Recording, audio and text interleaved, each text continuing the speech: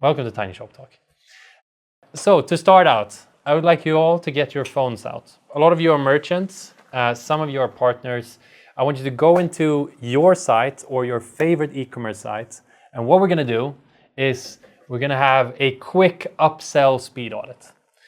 So this Tiny Shop Talk is going to be about upsell, so we're going to start out there. So first of all, does the store use bundles? Next one up. Related products could be on the product page, perhaps. Do we have any related products? So it's usually if you're selling a shirt, maybe you also show a pair of pants a bit down. Might be. I'm not going to go too fast into the side cart. Spoilers for the next one. Yeah. Do we have connected products anywhere? Can I see some hands? Nice. That's good. I expected more, but that's okay. Upselling cart. Is there upsell in cart? I don't have to ask you, Niklas. It's coming later. And how about free shipping threshold? Special one. You might not have free shipping, and in that case, it can be a good one to have. Shop for $1,000. That's a bit high, but depends on what you're selling. Free shipping threshold. Using that. Good. Everybody else are looking at yes. Good. No. Beautiful. Other. Did I miss any? Are you realizing any other type of upsell tactics that I might have missed? As you might not think, I'm not perfect, so I don't get all of them now. Do we have any? Did I nail this? Perfect. Knew I did. I wasn't questioning myself. Welcome to Tiny Shop Talk. So my name is Otis, which it should say here. I'm the CEO at Koi. Used to be a designer when we started out, but through the recent years I've done the shift, and I realized a couple of months ago that I've become better in Google Sheets than Figma, which is both a bit heartbreaking, but a sign of the times, I guess. I'm really good in Google Sheets now, which is also like its own thing. It doesn't do hard electro music and just do profitability indexes. I'm the cool guy. So who is Koi? In short, we're a Shopify expert agency. We make Shopify stores. Beautiful ones. A lot of our clients are here today. You can check out theirs later. But some of them I'm going to show here in the presentation too.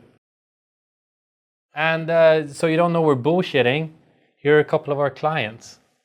But that's DJ Khaled. Back to me. So this is just a disclaimer. I will be speaking truths throughout, but and this is being recorded. But so don't like call me out on anything I might say. It's not fun for anyone, especially not me. We want to have some good vibes. But if you do feel like, okay, Otis, this we don't agree with this at all, you can just talk to me later, and then I'll tell you why you're wrong. So we're going to be talking about upsell. But first, I want to break down something. I actually gave it a name. So this is something that Cornelis usually talks to a lot of our clients about, and a lot of when speaking of e-com, and I just love it. So I actually gave it a name. I'm calling it the biorama. So what is the biorama? Well, the biorama is 3 steps which you should kind of approach when selling stuff on your e-commerce store. First step, most important, but first step, will be the get people to buy. Does anybody want to guess what the CR stands for? Adrian? Customer recognition. No, it's conversion rate. Come on. Oh, it's okay. You'll get the next one. So yeah, conversion rate. Just getting people to buy. Nothing else, nothing fancy. Just getting them from the product to the cart and eventually paying. Second one. I'm not taking guesses because that's going to take too long. Get people to buy more. What's the AOV? What does that stand for? Average order value. Beautiful. Thank you. Thank you from the gentleman in the corner. That's average order value. And the third one. Get people to keep buying more. CLV. What did I hear in the back? Customer lifetime value. Customer lifetime value. Thank you. So this is what we call the diorama. This is if you have had a meeting with Cornelis, he won't stop talking about this.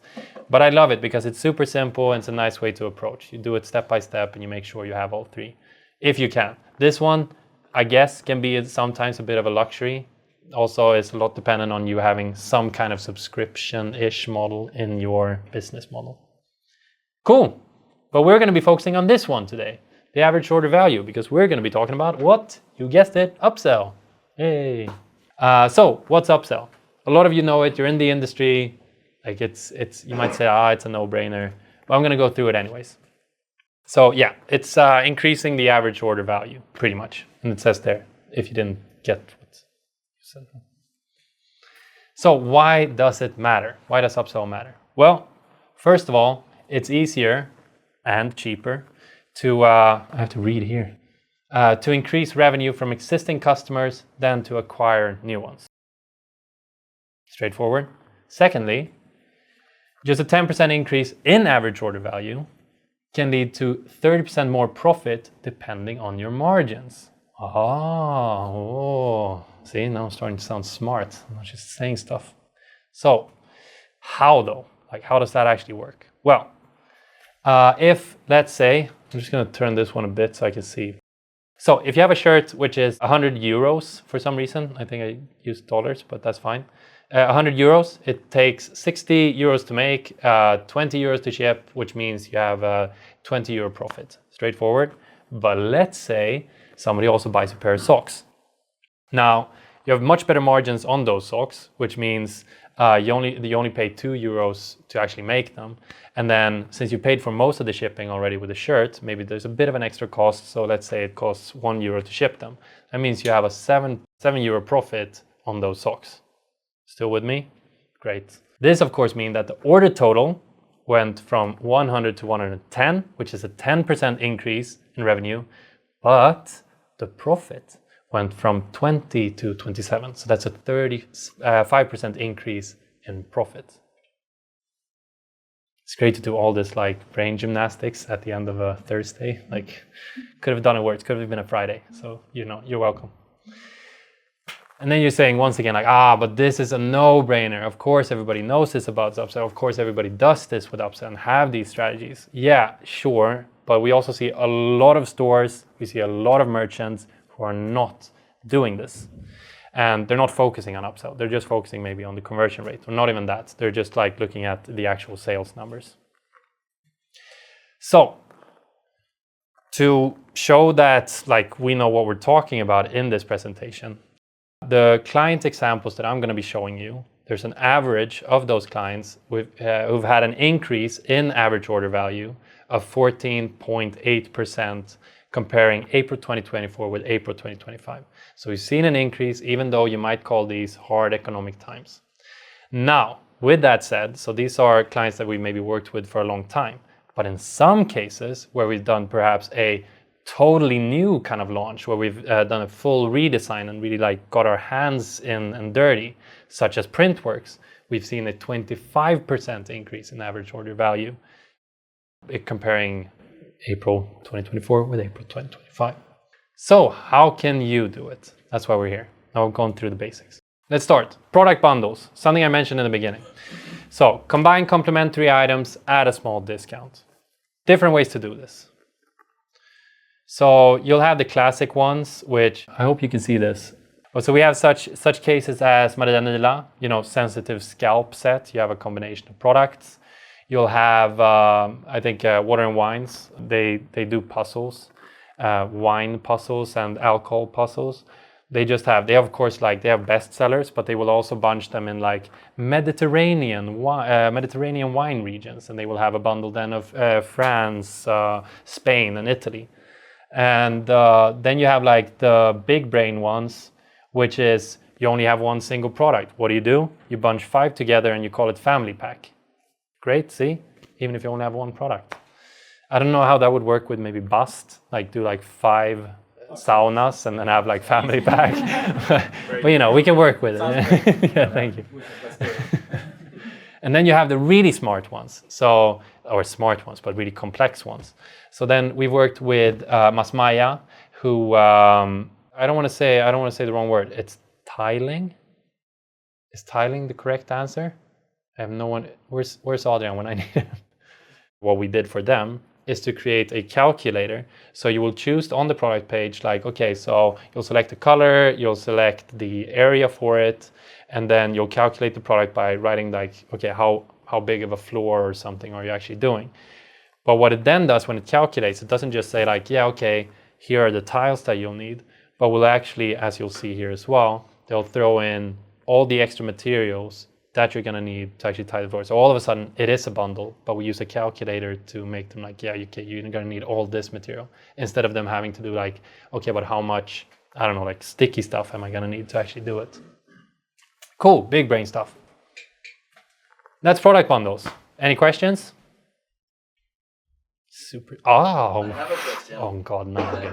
No, but does the extra products also calculate for the same area in that case? Yes. Okay. Yeah. So they will get the corresponding, like it. You might be expecting that, okay, I'm just gonna get the tiles, but it does for all the like included products that you'll need, which is big brain.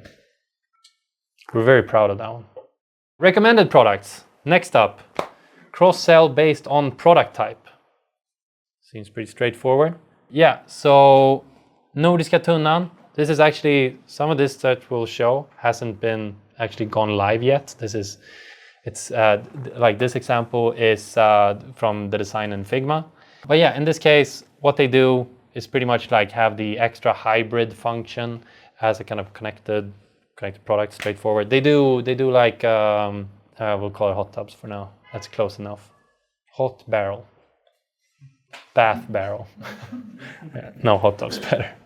You have CDLP, similar stuff, product page. You're thinking about buying a t-shirt, why not a nice pair of pants?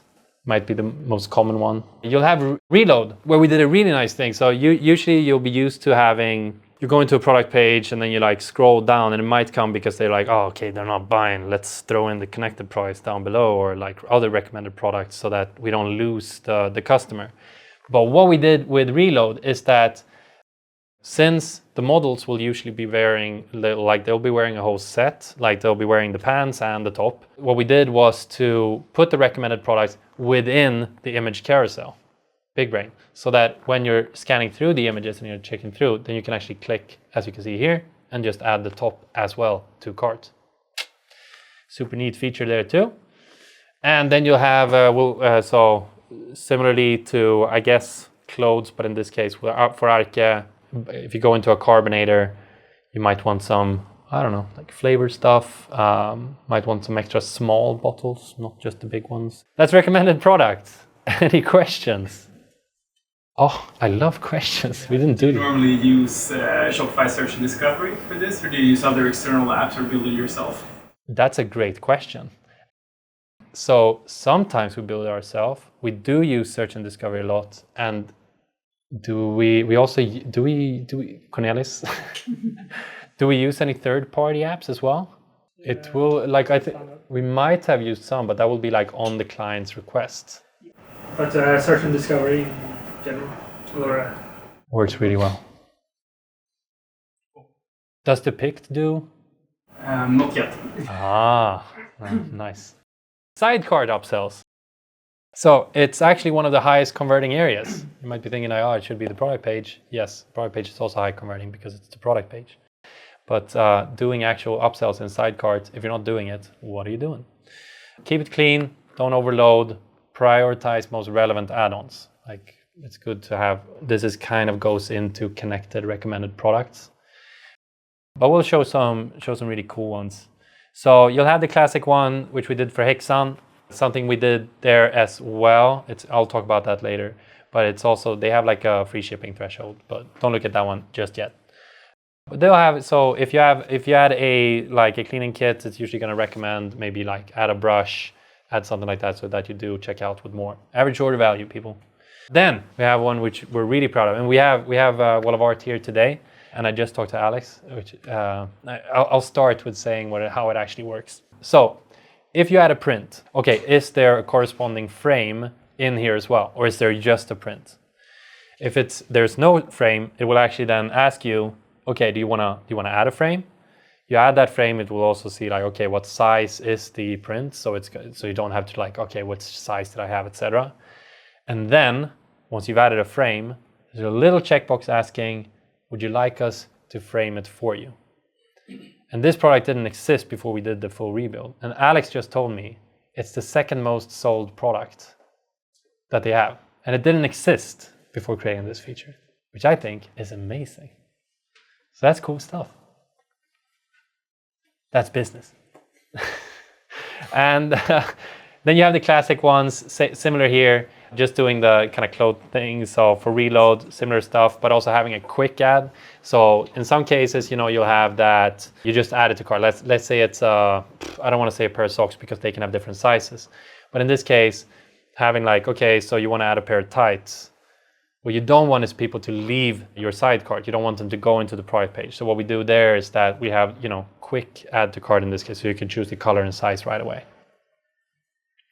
And then IKEA again. They also have the gift with purchase, not super necessary, but it's a nice little, extra value. And then they also have, of course, if you buy a coffee maker, you're supposed to buy a coffee grinder.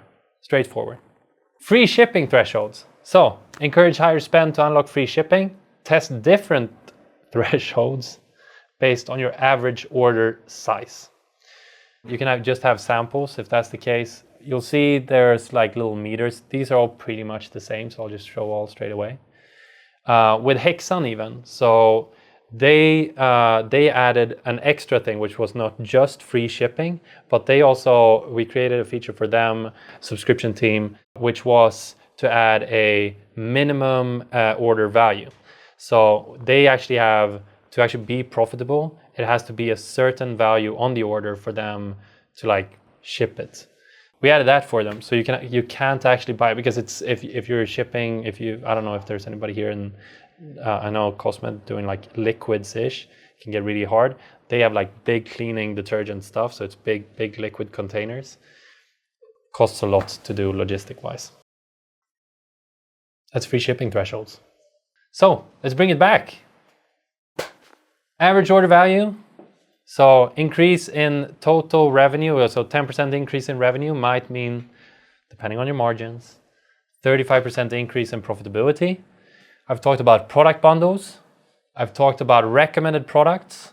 I've talked about sidecart upsells and free shipping thresholds. My name is Otis. If you don't know about us, we're a Shopify agency. There's a bit of pricing there. You can follow us on Instagram. You can follow us on LinkedIn. We like to keep this short because it's tiny shop talk. It's not super long shop talk.